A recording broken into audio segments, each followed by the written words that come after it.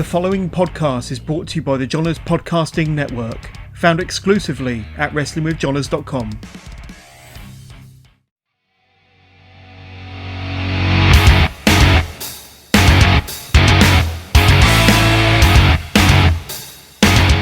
Is Vince McMahon about to face the biggest lawsuit since the steroid trial, the very latest on the Jeff Hardy situation, and MJF was on the Wendy Williams show? Welcome to Bucklebomb Entertainment. I am Luke Angelos, of course, joined by your friend and mine, Orlando Orrego. And what a way to return back to serious jaw-dropping news within the world of wrestling. With the story that is currently emerging, Vince McMahon is being sued for $3 million big US dollars after an alleged sexual relationship with a former employee. I mean, you know what the worst thing about it, though? You know, I'm trying not to say no chance in hell, but go on, Orlando. Yeah, the worst thing about it is the person is a paralegal. Yes. So she, I look, we don't know the full story of how it goes. The board of WWE is investigating this whole matter. So with how Stephanie left to do a hiatus, so I don't know what's going on right now. It's just like, I mean, just give the company to Tony Khan. Why don't you just give it to her? Like, look, just wrap up a bow and be like, here you go. It's like, I was expecting this in the next 2 years. I wasn't expecting it now. I mean, I'm just looking into the information that's sort of unfolding in the last sort of hour or so over here.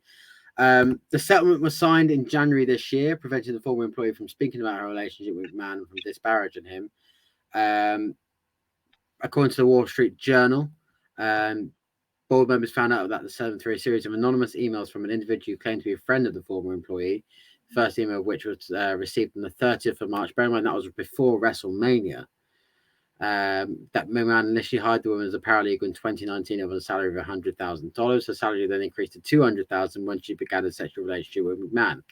The first email also alleged that McMahon gave her like a toy to WWE head of talent relations John Meningitis, and she became an assistant to Johnny Ace in 2021. Furthermore, the first email stated, "My friend was so scared that she quit after Vince McMahon and Laura Jerry paid her millions of dollars to shut up." That Laura, of course, being Jerry McDevitt, of course, fans of Dark Side of the Ring, is very familiar with him. As we said about the steroid trial of the mid-90s, he is very much a key player of keeping Vince McMahon above water.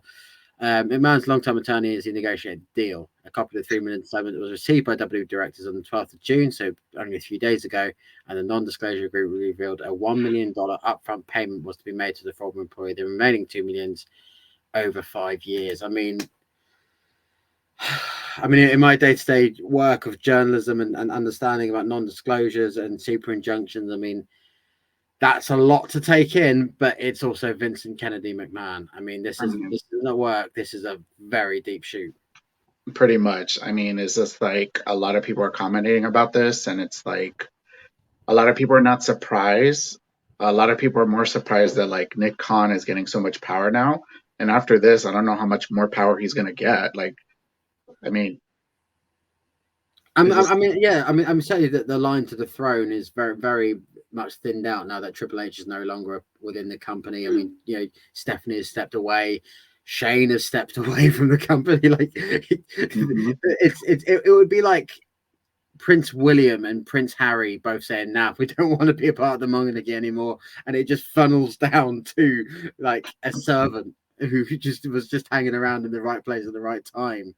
Right. Yeah, but we don't really know. Maybe one of the grandkids is gonna take over. I mean, we don't know. I mean, I don't know how they're gonna set that. Look, honestly, this is a big old mess right now. I don't know how they're gonna resolve this.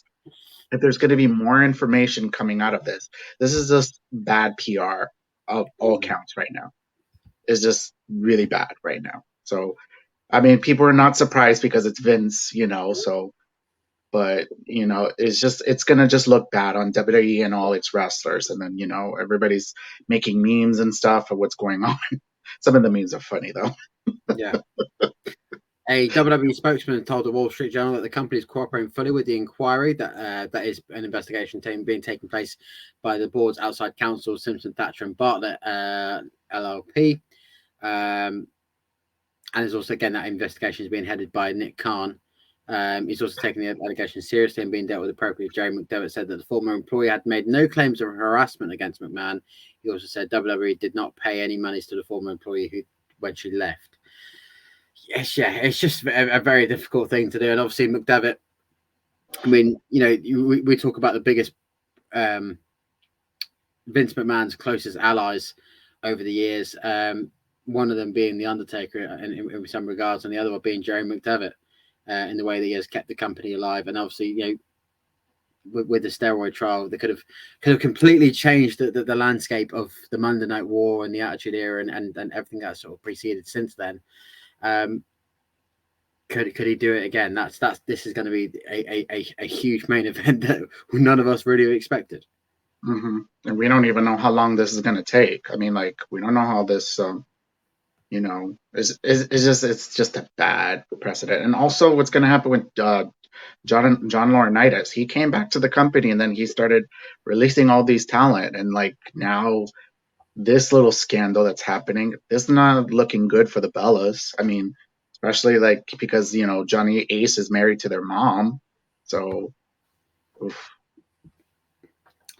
Yeah, I mean, not much more can be said at the moment. I guess by the time I wake up tomorrow morning, by the time you go to bed, Orlando, probably at this point we'll know more as we get it. But yeah, and by the way, the stock went up 7%. The stock is going to go down on WWE tomorrow morning. So after this news, get your chips in, guys and girls. Get your. Yeah. So if that's a motivation for the board members to like vote Vince out, I mean, because that's what's going to happen. If it's like if they investigate and they found out he's guilty, the procedure is to vote him out. I mean. So I mean, I think probably that's why maybe Steph stepped away, because if they're planning to vote him out, she can't be involved because she's a family member. I don't know if Triple H is going to be involved because I think he's a board member as well. It probably have to be Nick Khan and the others that will have to decide that. So, but I also like Vince has his shares of power, because I think probably he can have the majority of the votes. I don't know. We'll see. I don't know how that works when it comes to corporate business when you're on the top.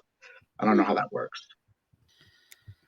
I mean, if you said 5 years ago that we'd be in a position that the WWE has been run by none of the McMahon five, I mean, it's unbelievable. I mean, like it's like this drama, this saga, is crying out for a Netflix series, isn't it? Like the McMahon. Well, I mean, literally, they are doing a Netflix series on Vince McMahon.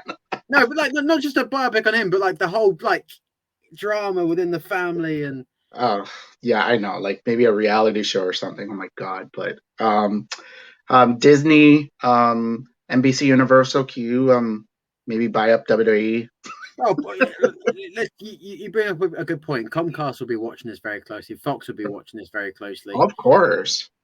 Is like if there's any way that this is gonna make their TV deals get canceled, this is a bad look. And this is not good in all fronts. I mean, I don't know how they're gonna handle this because this is ugly as it is. And this is 2022, not 1995. I mean, you haven't. Just exactly. It's a whole new business standpoint now. Nobody's like, So with the whole Me Too and everything, like, I'm sorry, like that's why like a lot of things couldn't fly now. What they did 20 years ago in WWE. So. Both on and off screen, that is certainly for sure. From one controversy straight into the next one, and that is, of course, the ongoing story with Jeff Hardy. Of course, on Monday, he was arrested following a DUI in Florida.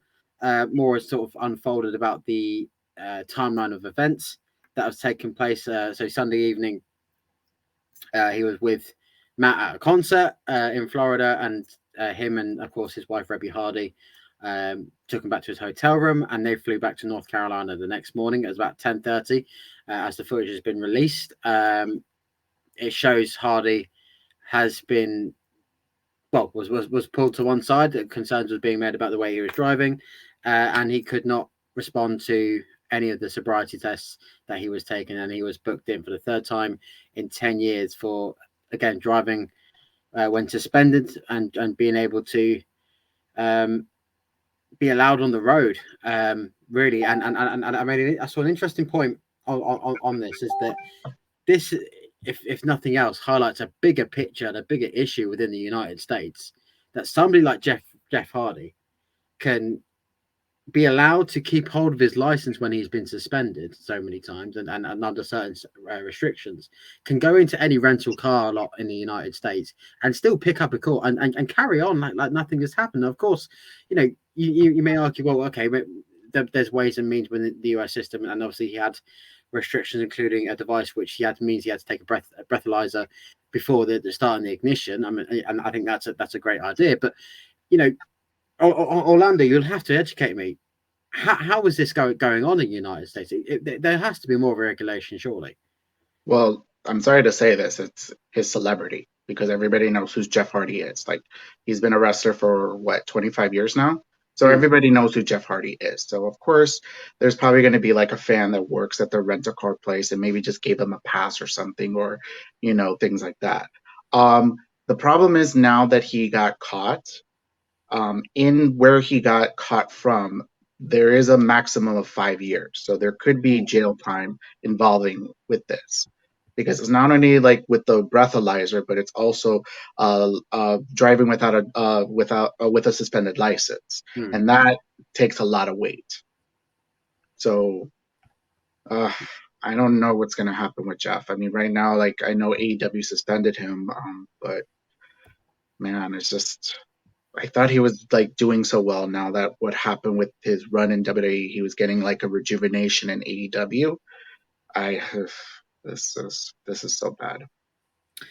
Of course, to sort of fill in the gaps, of course, before AEW made a statement, Tony Khan did speak to Jeff Hardy before any rash decision was being made. In the statement, Tony Khan said they were able to resume contact with Jeff Hardy yesterday afternoon. The AEW does not condone Jeff's alleged behavior. They've made it clear that Jeff, they'll assist him in getting treatment for his substance abuse issues, which he has indicated open to receiving. In the interim, we're suspended without pay. He can only return to AEW upon successfully completing treatment and maintaining his sobriety.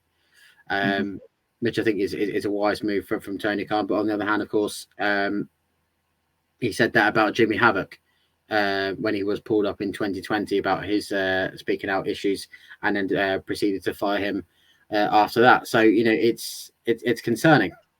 And of course, when he was breathalyzed along the I-95 in Florida, he recorded 3 times over the legal minute, although a video showing that he had double shots of Fireball, which, I'm not educated to American alcohol, I'm sure is a lot. So that is disturbing that, despite strict instructions from Rebby Hardy at the events that they were attending that no alcohol would be made available, he was still able to consume some. Of course, this had an impact on tonight's main event for the AEW World Tag Team titles, and it's meant to be in a 3-way ladder match, and I'm sure it would have been a spectacular main event between the Jurassic Express, the Young Bucks, and the Hardy Boys. Has now been reduced down to a 2-team affair. It's a lot to take in, especially where Jeff Hardy has just come back into AEW and coming back into full-time wrestling. Of course, he left WWE after that house show incident, and where he was alleged to have been taking a substance. They were still uncertain, but of course he then ended up turning up in AEW. Of course, 2 weeks ago he took place in the Double or Nothing match against the Young Bucks, where he was knocked loopy and was a mess before the show after some spots during that match. It's hard to say what will happen next with Jeff Hardy, whether this is the end, the sad end in terms of, let's put it another way. What will it take for him to be saved?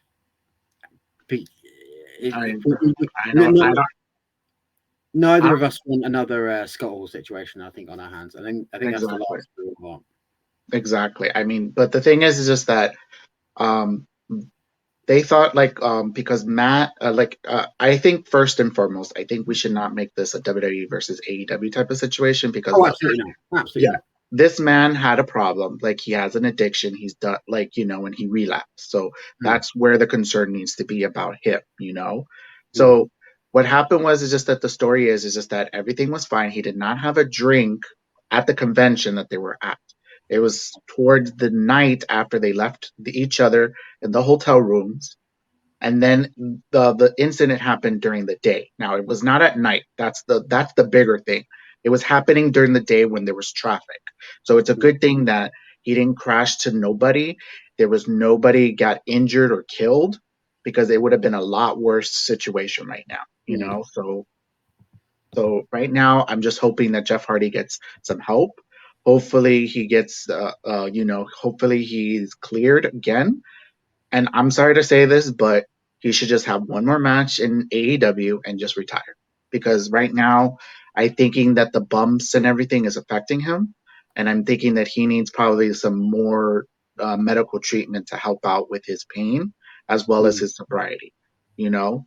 So he just needs one more match. Give him maybe a match between, maybe Kenny Omega or somebody else. I don't know, somebody that he's never faced. And then he retires. I'm sorry. Like it's just like it should be one and done after this. Yeah, well, we can only hope and pray for the best and hope that Mhm. Jeff Hardy comes out the other side Yeah, yeah. of the situation. So Hmm.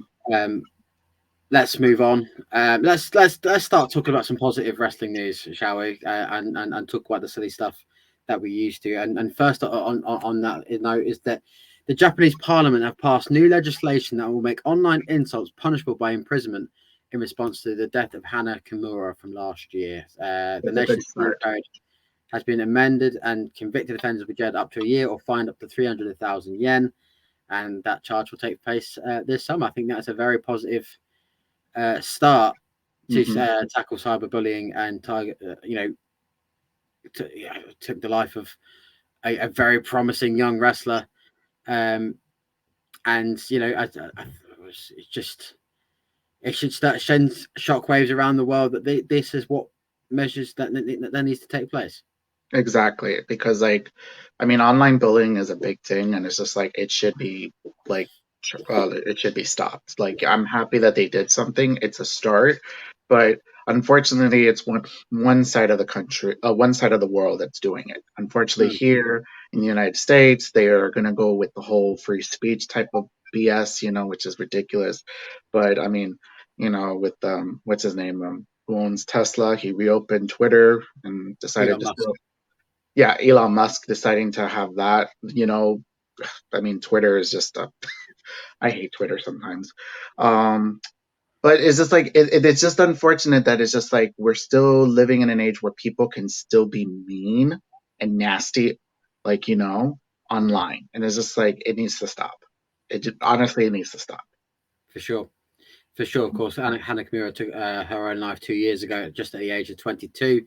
Mhm. Before her death, she was subjected to online harassment and approximately 300 hateful messages following an episode of reality series Terrace House, where she knocked a fellow housemate off and basically ruined her outfit before Wrestle Kingdom in the wash. Like, it's just pettiness.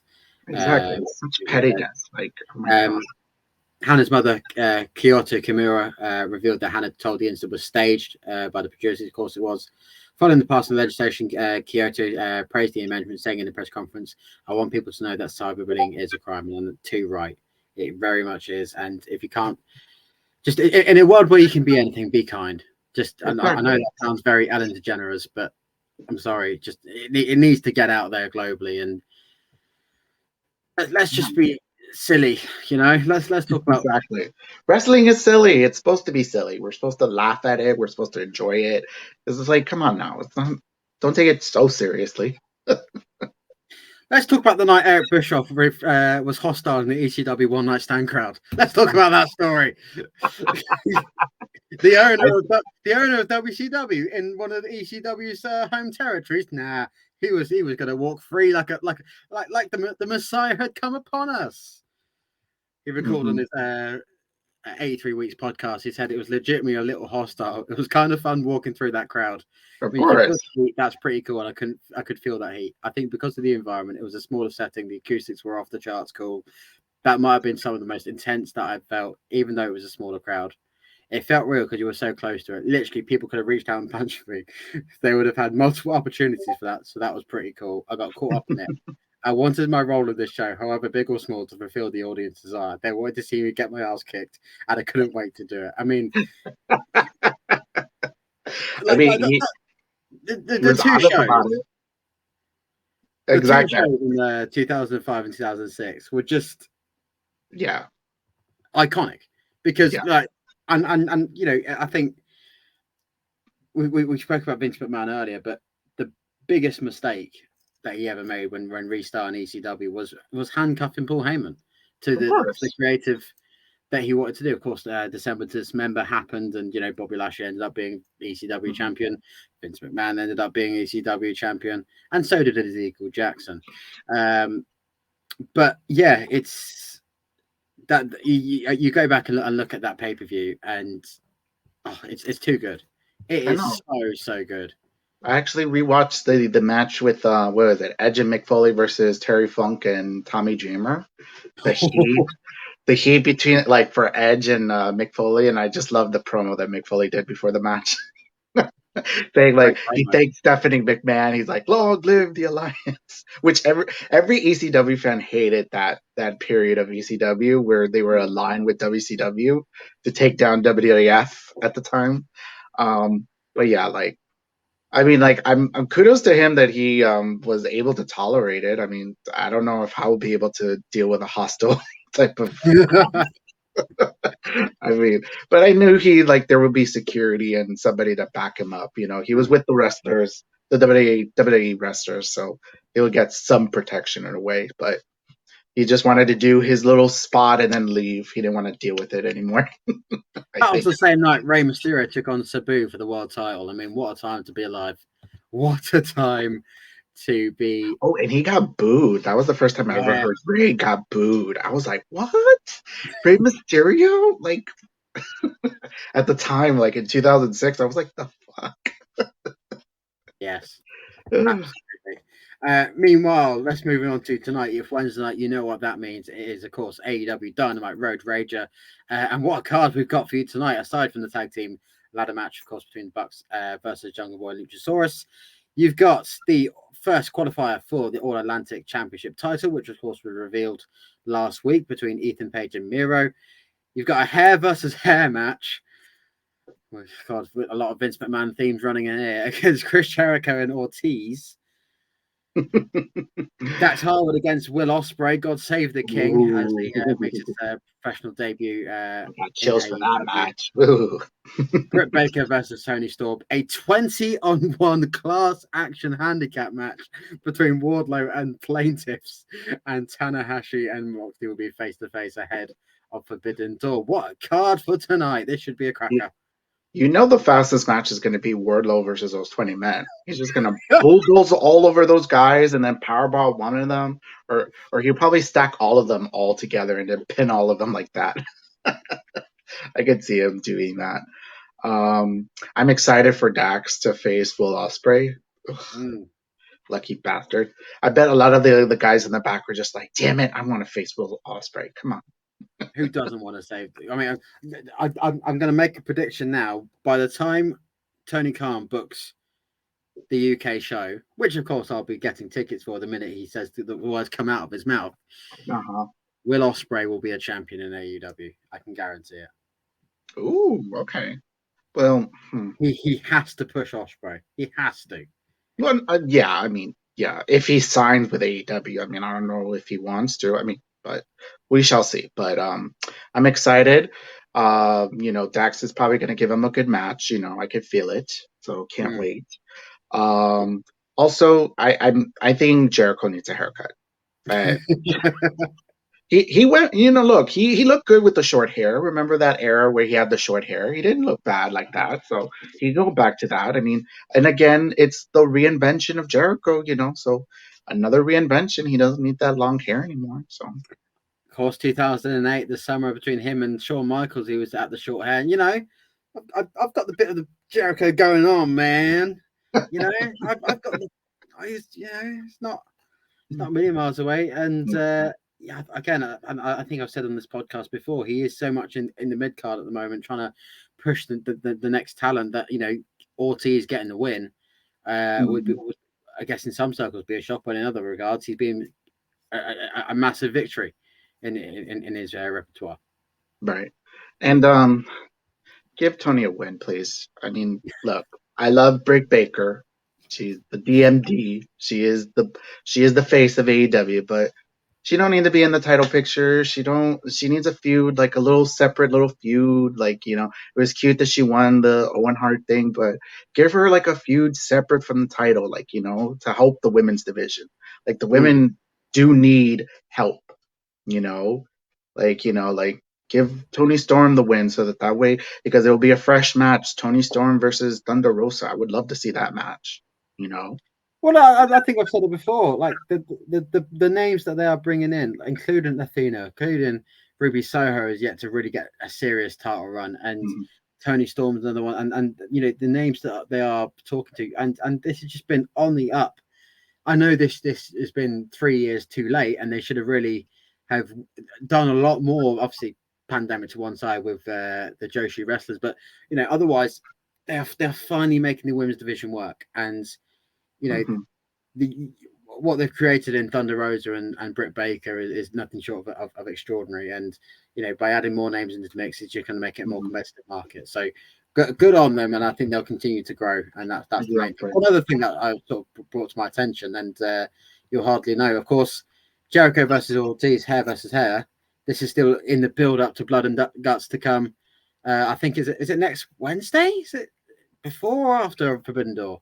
No, I think it's after. It's the it's 2 weeks time. I mean, like, 2 weeks time. Yeah. So yeah, but then they have to. Well, I don't. Hold on, because John Moxley is in the main event for Forbidden Door. I don't know if they're gonna. Well, we'll find out how they're gonna do all that, anyways. But can I just say congratulations to the Bucks now? You know they're gonna win it. Come on now. You know they're gonna be a 2-time champs. I don't think they'll do it. I think that I mean, the reports were saying that they're gonna give it to the Hardys. So I mean, because I think it would have been the Bucks versus the Hardys for the title. I think they would have probably saved that for All Out. I think that would have probably been one of the big matches for All Out. So now dealing with this issue, I'm thinking either. I don't know what they would do though, because oof. I think the Bucks are waiting for the trios title. I think they're waiting for Kenny Omega to come back, and then they'll give them the trios title. Yeah, I could see that. Okay. So it will be an interesting episode of Dynamite, so one to definitely tune into. So we'll see what unfolds. And finally, as we finally get to the most serious story of this episode, Sherry Shepherd talks about MJF. Sherry Shepherd on the Wendy Williams show, which will be changing to her own show come the fall for all of you, everybody that listens to us that are from the US, just so everybody's aware. So she talked about meeting him. I won't say anything. I know nothing about this. You take it away. So Sherry Shepherd, what happened was just that because Wendy Williams had some problems, whatever, financially, I don't know. I didn't really read up to the story. She kind of took a sabbatical. So the show decided to continue on without her, and they kept on having different guests. They like Sherry Shepherd a lot, so the show decided to change it to Sherry Shepherd to have her own show. So that's how Sherry Shepherd is on the chair every now and then in the Wendy Williams show. Anyways, but as you're going to say, go ahead, continue.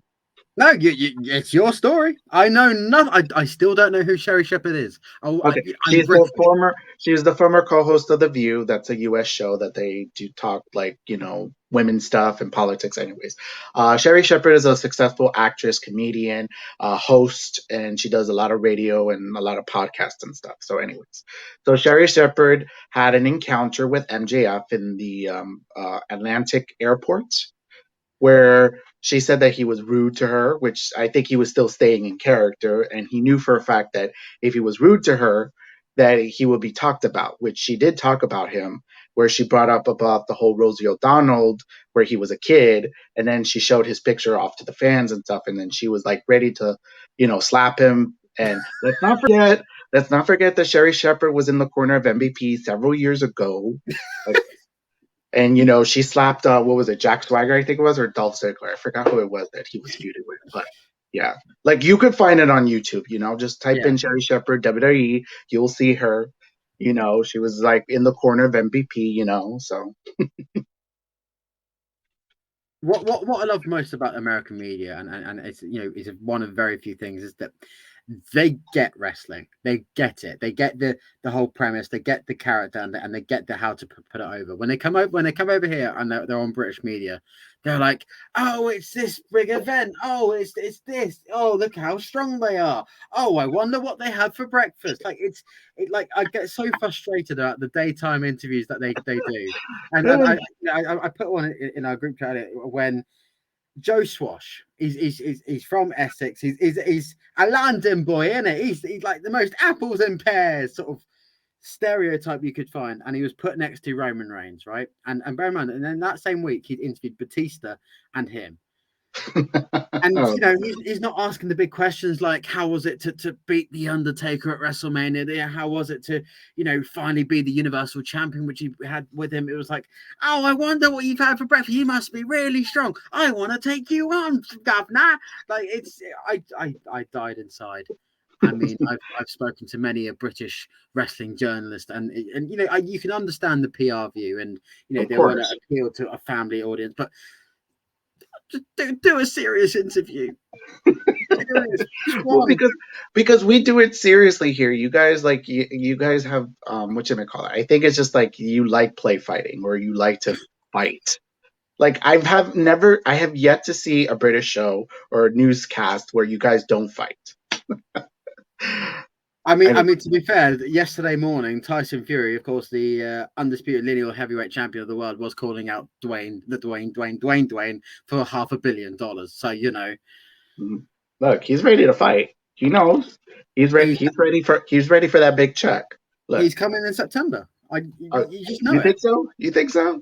I mean, who would he face though? I mean, like that's the question: is who would he face in Clash of the Castle? Yeah, Clash of the Castle. I mean, yeah, we shall see. Like it's getting close. Are you getting excited? It's getting close. It's 3 months away, and we've still got Money in the Bank and SummerSlam to come.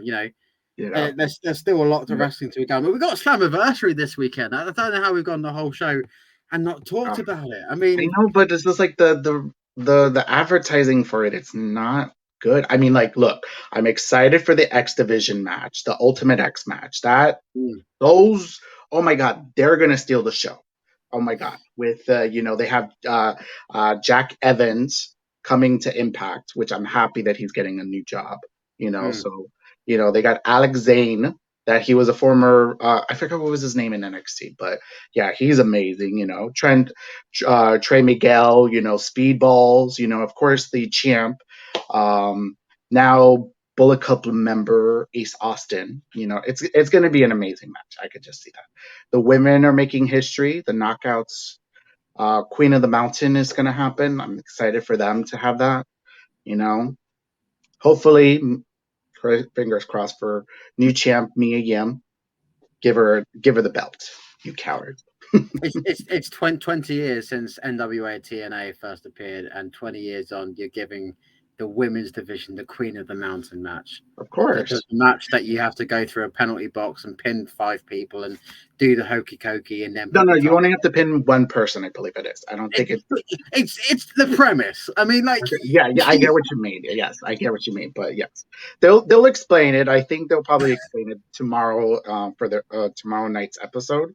So hopefully for that. And I'm excited for Eric Young. Like ever since he returned to Impact, he's been doing great work. So I'm happy he's getting the main event title picture with Josh Alexander. And I think Josh Alexander is going to give him a great match. So he deserves it for all the shit that he went through from his WWE career. He deserves this moment. You know, I mean, he's a former champ, so I wouldn't be surprised if they decide to give him the belt again. So we'll see. We shall see. Sammy Callahan versus Moose in a Monsters Ball match as well. That should be. Ooh, Sammy something. Callahan's about to kill him. Ooh, he's about to kill Moose. You know. But it's Moose though. It's Moose. Yeah. Yes. Also, we have the what's it called? That 5-way tag match, like Honor No More versus. It looks like it's going to be a lot of TNA originals. I mean, they had a few like in the show so far. You know, a former. Which I think James Storm is coming back. I think he's probably going to be one of the people that's going to be teaming with them. I don't know who else would it be. That's the question. Because it's the Motor City Machine Guns and Frankie Kazarian, I think, so far that they announced. Yeah. So I could see James Storm as one of them. I don't know who's another one that's still active. I'm trying to think. I don't know. Well, hopefully they give us a clue. It'll be Jeff Jarrett. We all know it'll be Jeff Jarrett because he likes to insert himself into No. TNA. Actually, he got a new gig in WWE, so I don't know if they want to. Of course. Yeah, so he's the what is it called? The executive of talent of live events, I think it's called. So he's handling all the live event stuff. So executive of live events and slapping nuts. So let's leave it at that and wrap it up there. Of course, we'll keep you posted on the breaking story with Vince McMahon and Jeff Hardy. We can only hope for the best and see what happens next with that. But of course, until next week, I have been Lee Cantor. That has been Orlando Orega. We'll see you next week on Bucklebomb Entertainment. Bye, guys.